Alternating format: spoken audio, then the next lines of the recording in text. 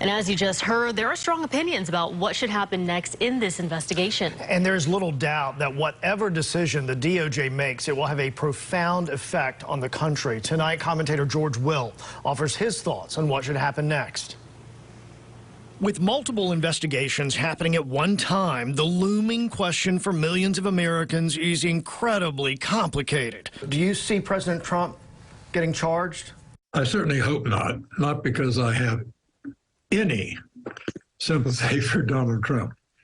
I hardly need tutored in how to be anti-Trump. Although conservative political commentator George Will has not shied away from his criticism of the former president, he does not believe charging him with any alleged crime will be good for the country. He is at this point, likely nominee of the Republican Party. For the Democratic Party to indict the likely challenger to an incumbent president who received the votes of 74 million Americans is playing with fire. The Pulitzer Prize winner believes an indictment would only embolden the conspiracy theorists, those who believe in the deep state and who think the FBI is corrupt and out to get Donald Trump. I think it would be a tragedy, and I don't use that kind of language casually. It also puts U.S. Attorney General Merrick Garland in an unenviable position. I profoundly hope and largely believe that the Trump parenthesis in American history is closing. The unfortunate thing about Merrick Garland's unfortunate decision to